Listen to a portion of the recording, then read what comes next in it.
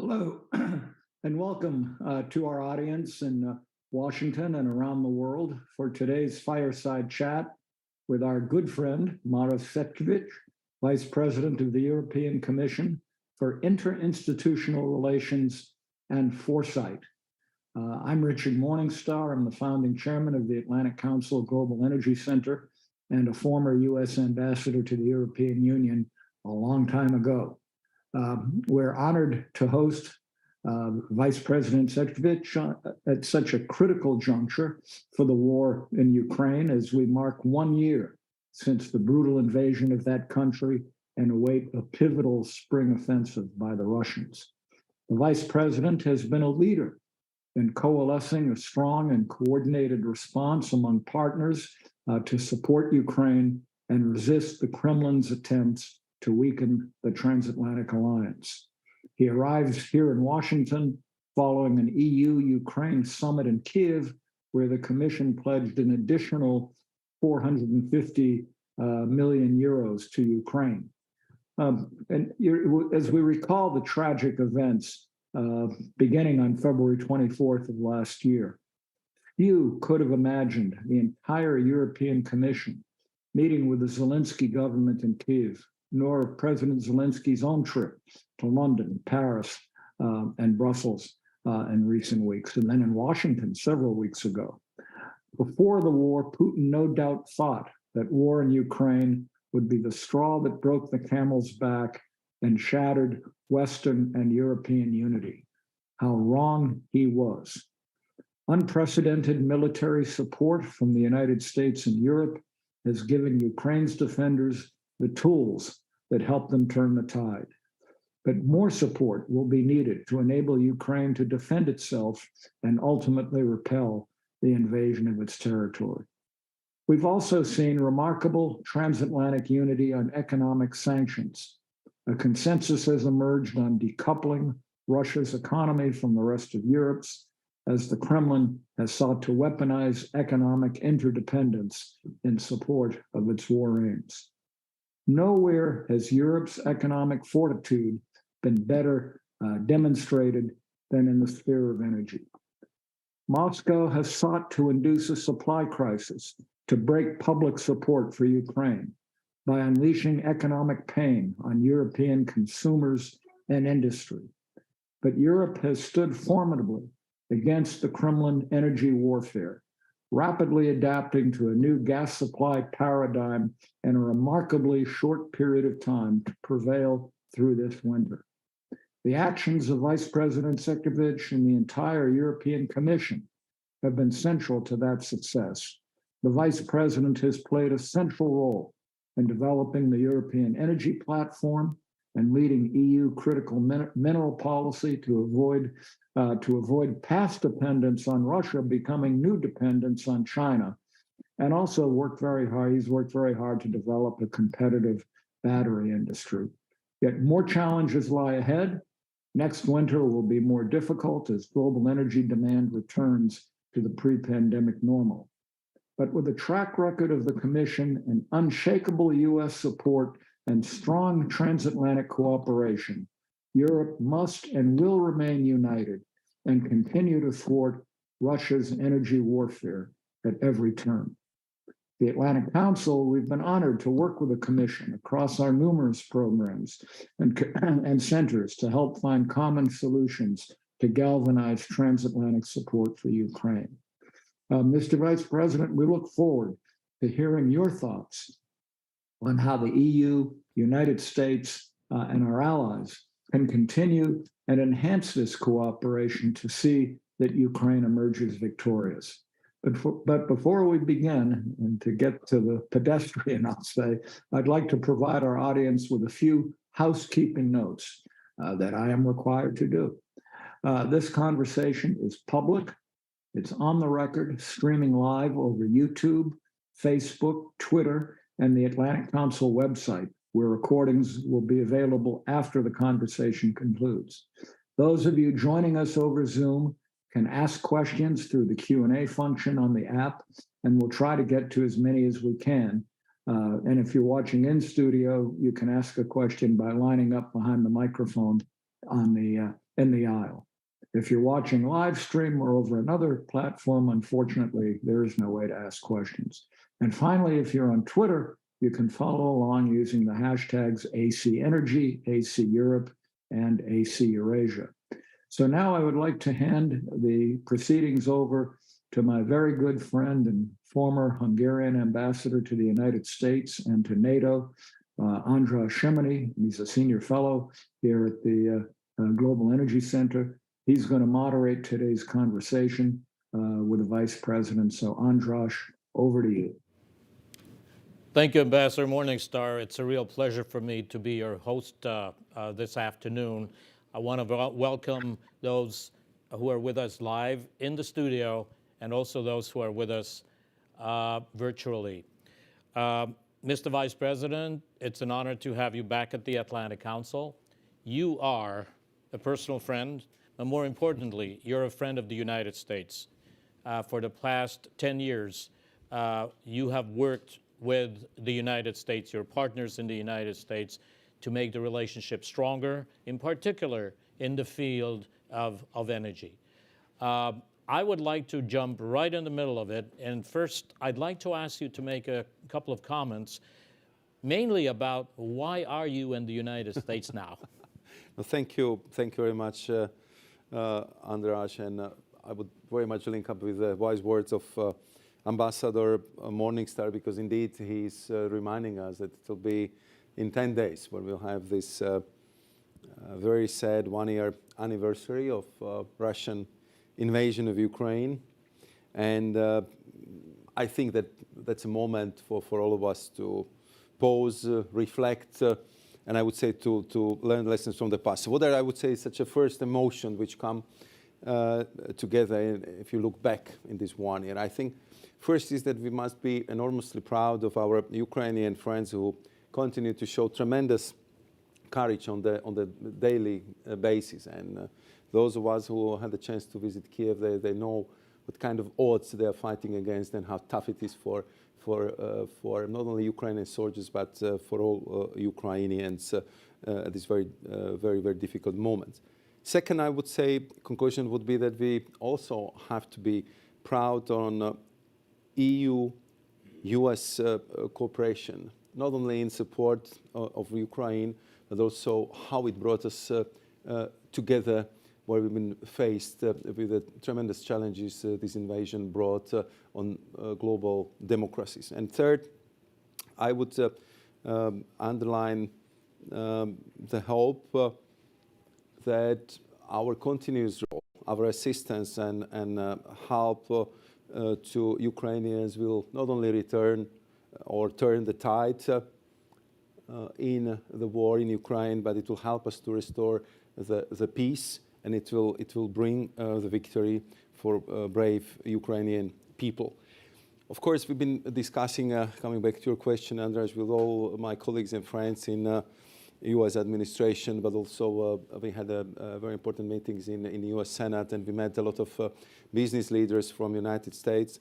And I think what was very important to underline, just to show what kind of tremendous efforts we are bringing in to support Ukraine and Ukrainian people. Just to give you a few numbers to put it in a perspective, because as it was very eloquently put by one of my esteemed interlocutors this afternoon, the perspective from behind the Atlantic is a little bit different when you are closer to the conflict, to the war.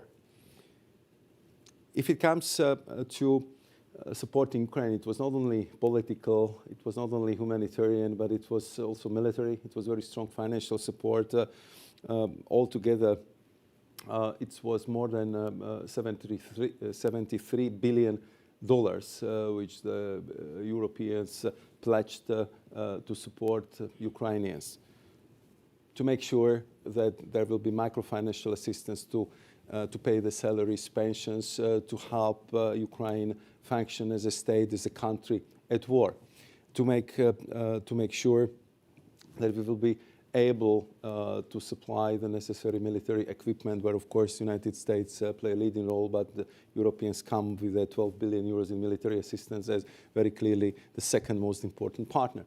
but also to help our member states to accommodate what was at a certain point of time, especially in the first weeks after war started, 8 million refugees coming from Ukraine to the European Union. There's been mostly women, children in enormous stress, and I think that we have to be proud of all our fellow Europeans who really open not only their hearts, but their apartments, their houses, their schools, their hospitals, to make sure that we would be able to accommodate and help these people who've been fleeing the tragedy of war.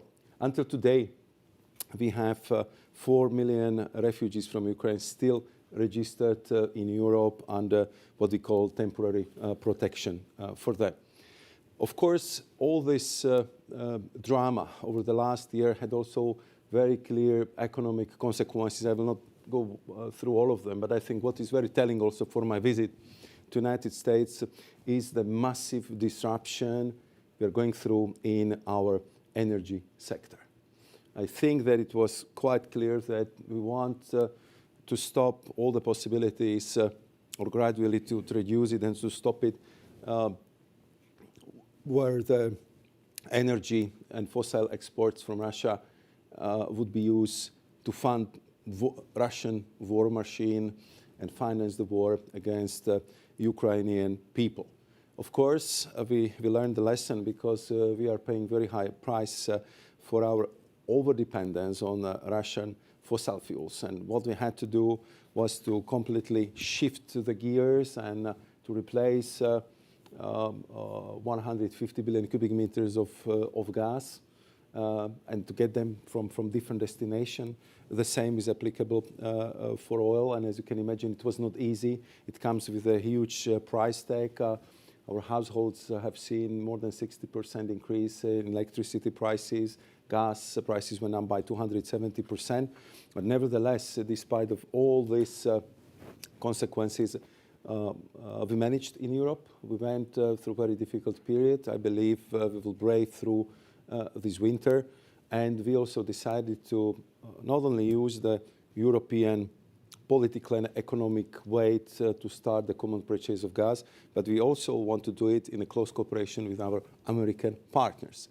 This morning, I had very extensive discussion with the US LNG business representatives who had the partners in major European gas companies who came to visit and discuss business here in the United States of America, and I had the opportunity to discuss how to put in even more concrete terms the good cooperation which was started between President Biden, President of the European Commission, Ursula von der Leyen, in the very important framework which was created and which led to the fact that supply of US LNG to Europe over the last year was unprecedented. 56 billion cubic meters exported in 1 year is indeed enormous effort, but it was also very important strategic assistance to Europeans to keep economy going, keep energy flows coming in, and to be better prepared for all the odds we have to deal with in the situation when the war returned to the Ukraine to Ukraine and to European continent.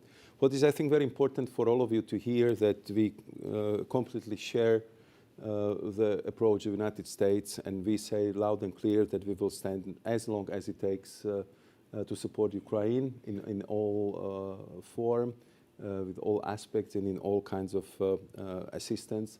And we are already now looking beyond the moment, which we hope will come rather sooner than later, restoration of peace, Ukrainian victory, because Ukraine will need to be reconstructed, renovated, as they say themselves, build back better.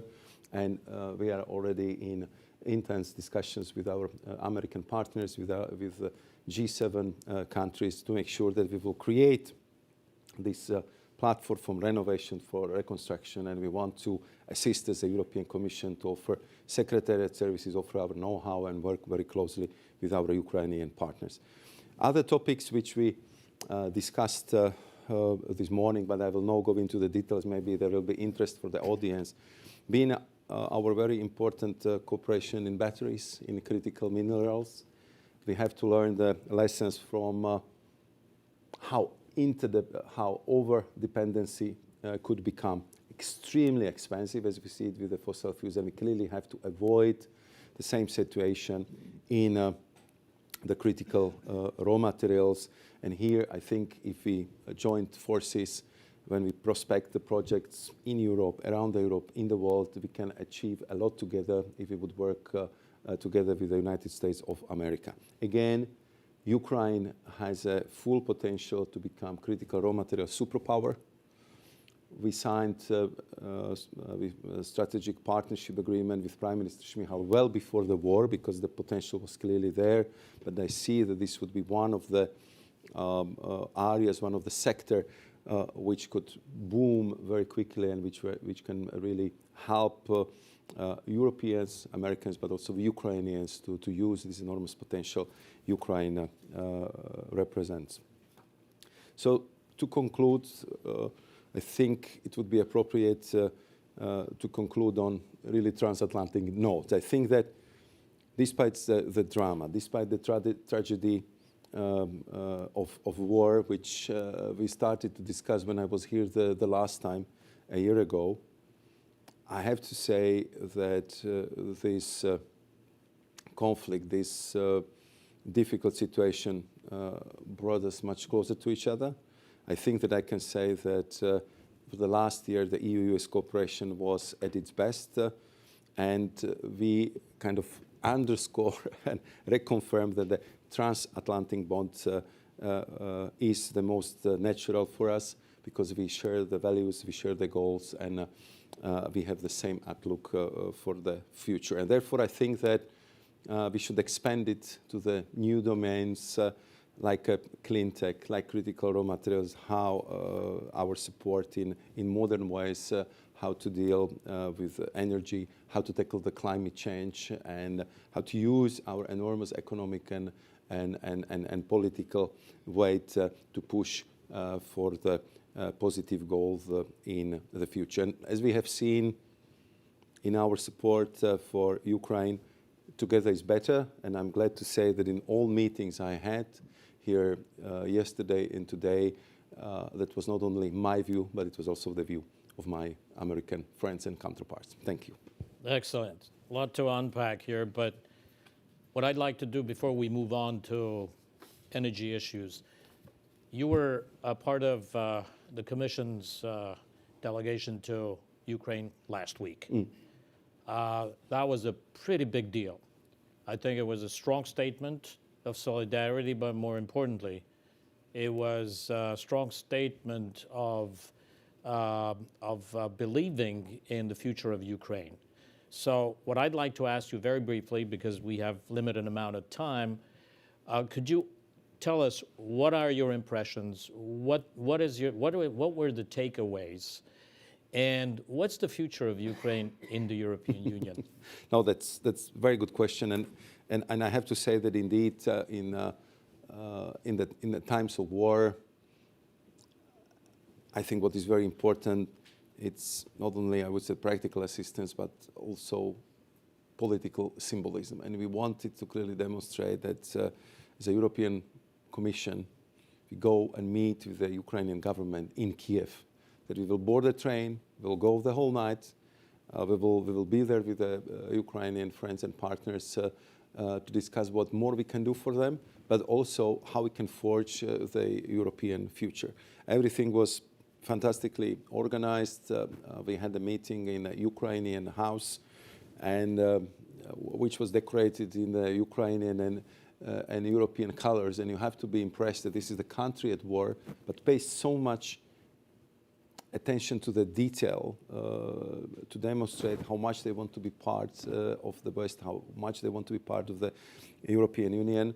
And despite the fact that war was raging to the east of the country, we spent the whole day with the government discussing the European future, how much they progressed in preparation for the opening of accession talks, how much they are fulfilling the criteria, how they're tackling the corruption, how we interconnected our electricity grids, how we are going to purchase the gas together, because Ukraine wants to be on our joint purchasing platform, and they want to purchase the gas through this common approach.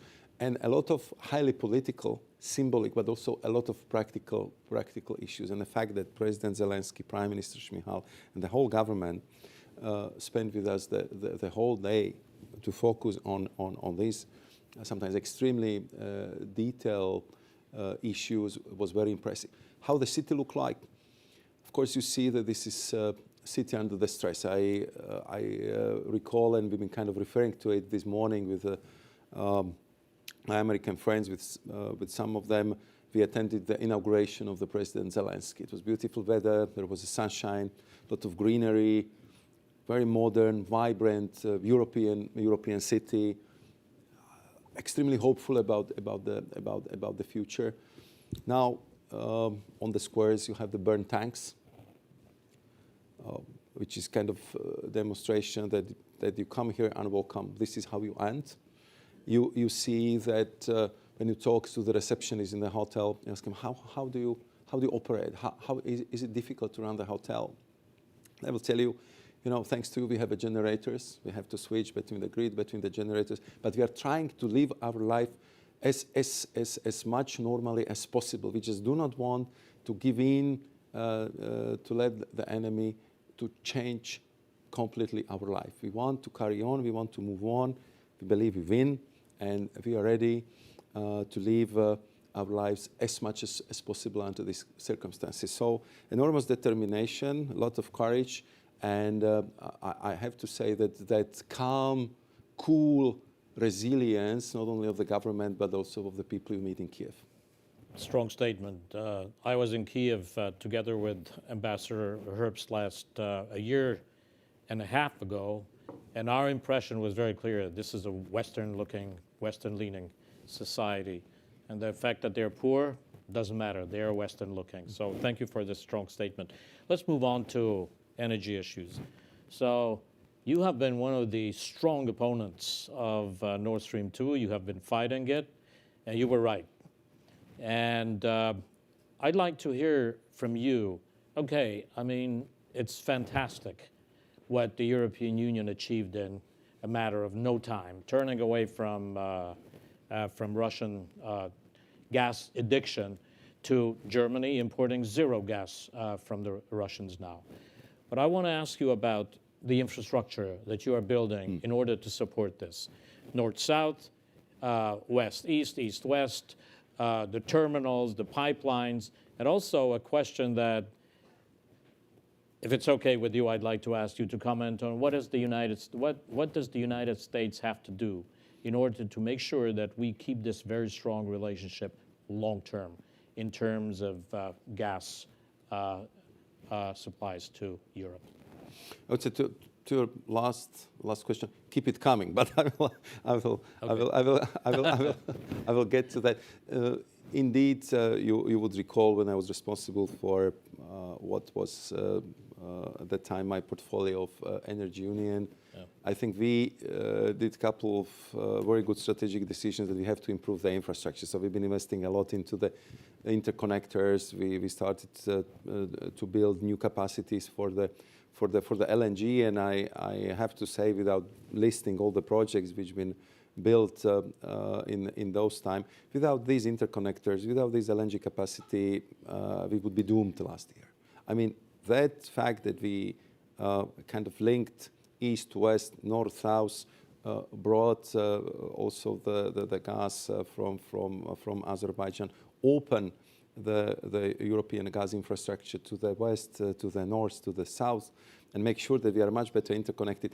It saved us from very bleak scenarios which we otherwise would be faced with last year.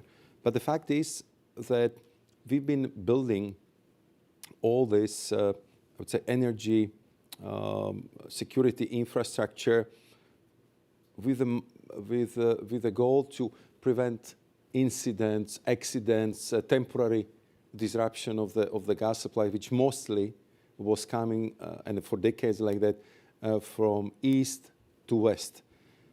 So to shift completely the flow of the gas which are coming now from the other direction, from west, from north, from south. Of course, we need to invest even more to LNG terminals. We have to build the interconnectors from Iberian Peninsula to the rest of the European Union. We have to increase the capacities from the south to north and better connect, especially Central and Eastern Europe to the Western European network. But it's happening as we speak, and United States of America and your LNG industry played and would play absolutely crucial role, because as I said, we have to replace 150 billion cubic meters of gas with our consumption, which is around 400 BCM. So we are talking about almost 40% of the gas consumption in Europe. What I heard from the US LNG companies this morning is that the potential of LNG exports from US is almost limitless. You need also to invest in infrastructure. They've been calling for faster permitting. Of course, we are kind of, as it was told by one of our interlocutors in the morning, we are not constrained by the reserves of gas, but by the infrastructure capacities. And that's also the challenge on the European side, that we can bring the LNG to the European shores, but we have to make sure that it will go to the destinations where we would need them. But I think to work with European companies and for EU to work with American companies would be crucial to open this new huge opportunity for US LNG sector. We are biggest gas market, we are the best interconnect, and we are closest to you. We are closest to US. So it's a really natural destination for US LNG, and I hope that we'll be able to kind of transform all these positive characteristics into good long-term contracts, into good, I would say, a commercial relationship, which should be kind of underscored by the strong political will and commitment from both EU and US to make sure that we will forge this very strong strategic partnership in energy supplies. Is there a realization in Europe now that energy security is security, period? Absolutely. I mean, it's not only energy security. We saw the same with the critical raw materials, and I think this is one of the harsh lessons learned, that unfortunately in today's world with totally different geopolitics, geoeconomics, everything can be weaponized, and it is. Data, fuel, critical raw materials, and simply, therefore, I think that democracies and like-minded countries, you just simply have to be aware of that and cooperate in a much closer way, just to be sure that we can protect ourselves against the weaponization of almost everything, as I said, and to work much better together. Just one more question on gas. There's a worry in the United States that once there's peace in Ukraine, some Europeans might want to revert to old habits and will want cheap Russian gas, and of course the Russians will want to flood Europe with cheap gas. How are you going to withstand this pressure, and how are we going to avoid this? Because I think this would be disastrous. I think there are two aspects to it. The first one, I cannot imagine after what has happened, after this thousands and thousands of people killed, this totally atrocious war, absolutely irrational invasion of the neighboring country, that my political generation would have any kind of normal relationship with Russian political generation. I simply cannot see that after all these pictures we have seen on our TVs every day, and having 4 million refugees from Ukraine in our country. I mean, this is something you are not going to forget. This is something which will stay, at least for me, I mean, definitely for the rest of my life. And I think that if I'm talking about, I would say, political leadership in Europe, I mean, it's the same. It's the same for everyone. I'm, of course, not even speaking about the social consequences for our societies across the Europe. If it comes, of course, to business leaders, I think what we are doing now, and therefore, I hope our fast-tracking cooperation and arrival of big quantities of US LNG to Europe would kind of set in stone the true diversification of the gas supply for Europe. Simply, we will have a partnership. We will have a commercial relationship. I'm sure we'll have a good price. And I think that even the business leaders and companies, they paid a heavy price for being dependent on Russia. I don't think that anyone would like to go back, and therefore, even if they would be kind of offering the price, luring us back, I think that this political culture there and these harsh lessons we learned, how much you pay if you are dependent, and how much you pay if your partner, commercial partner, is ready to manipulate the gas markets in the way as they did before they started the atrocious war. I think simply would be the lessons which will very well remember, not only by political but also business leadership. Okay, let's move on. Something that really gets Americans excited is electric vehicles. And you are responsible for the Battery Alliance in Europe. I'd like you to explain. You did talk about the importance of avoiding the Russia trap vis-a-vis China, but I'd like you to explain what it is exactly. And I know there is a question, Marie Jourdain, who wants to ask a question related to the rare critical materials. I don't know. She's on. Yeah. Okay, there she is right here. behind me. Okay, I couldn't see. Go ahead, please. Thank you so much, and thank you for your introductory remarks. My question relates to what you said on the Critical Raw Materials Act as it is coming up in the next few weeks. And you mentioned that Europe is determined not to replicate its past mistakes of over-reliance. And I just wanted to ask you, like, what should we expect on the act, and if the Inflation Reduction Act played a part in the Commission work on this, and if so, in what way? And finally, like, how strategy of diversification of suppliers would look like and the different key metal and minerals necessary for the energy transition. Thank you.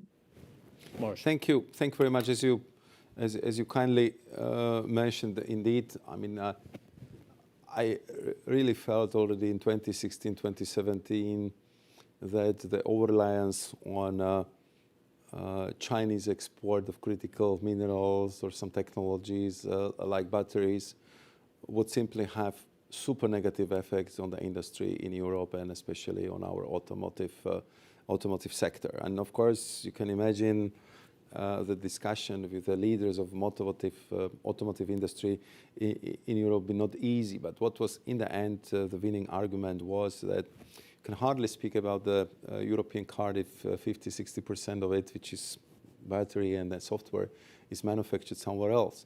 And I had also no illusions that for Chinese companies the primary goal was not to export the batteries, but electric vehicles.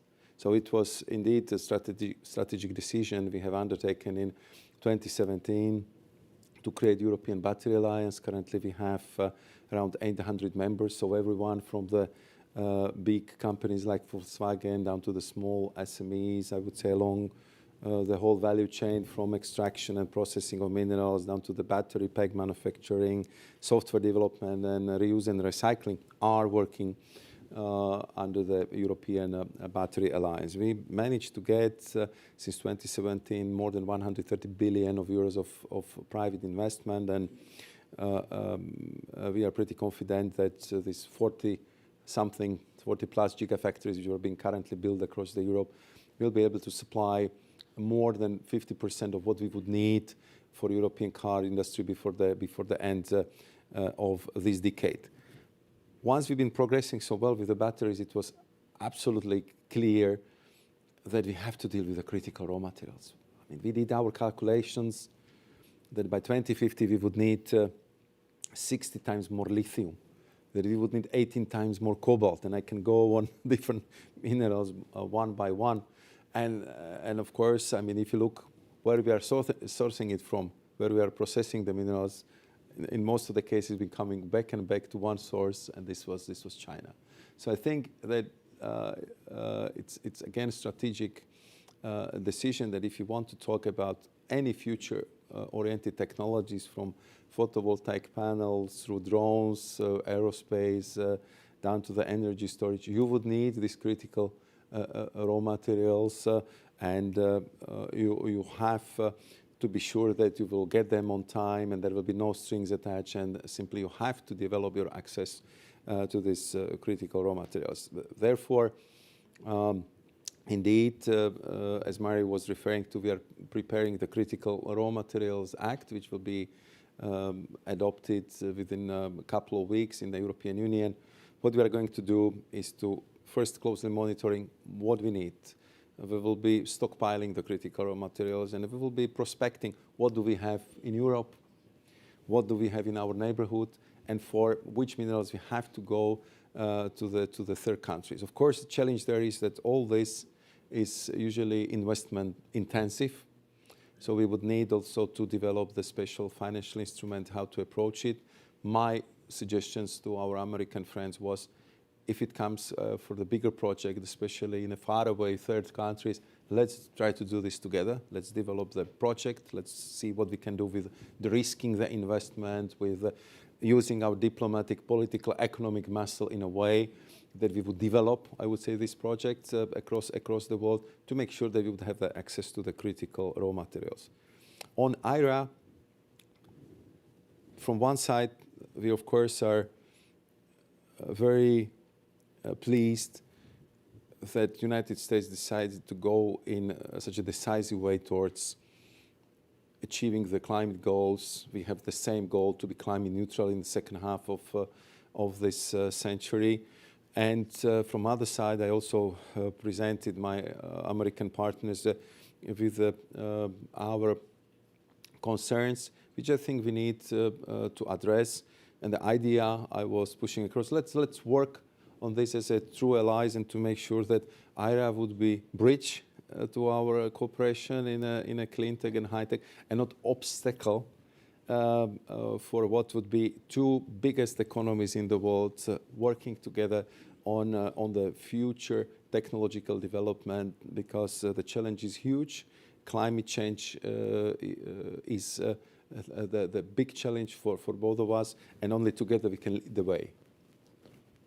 The IRA was never intended against Europe, so I'm glad you say what you say. We still have a couple of minutes. Ambassador Herbst, I know that you have a question. Please, please go ahead.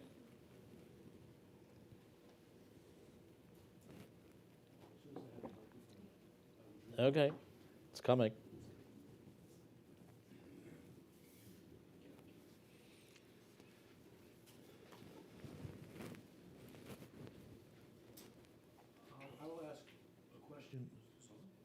Yes, I'll ask a question which may go a little bit beyond your writ, but it's a very important question, and I'm sure you have a smart answer to it. All right. The success we have seen so far in the West, making sure Ukraine does not lose to Putin following this large invasion, has been predicated on staying power in Washington, Brussels, a few other capitals in Europe. Yet it has not been enough to ensure a Ukrainian victory. That's the statements. The question is, do you see, one, a willingness to go beyond, send the weapons Ukraine needs to cut the land bridge and give Putin a wicked dilemma, which probably means victory, in a reasonable amount of time? And if not, will the staying power be in those capitals to maintain the current efforts for years to come?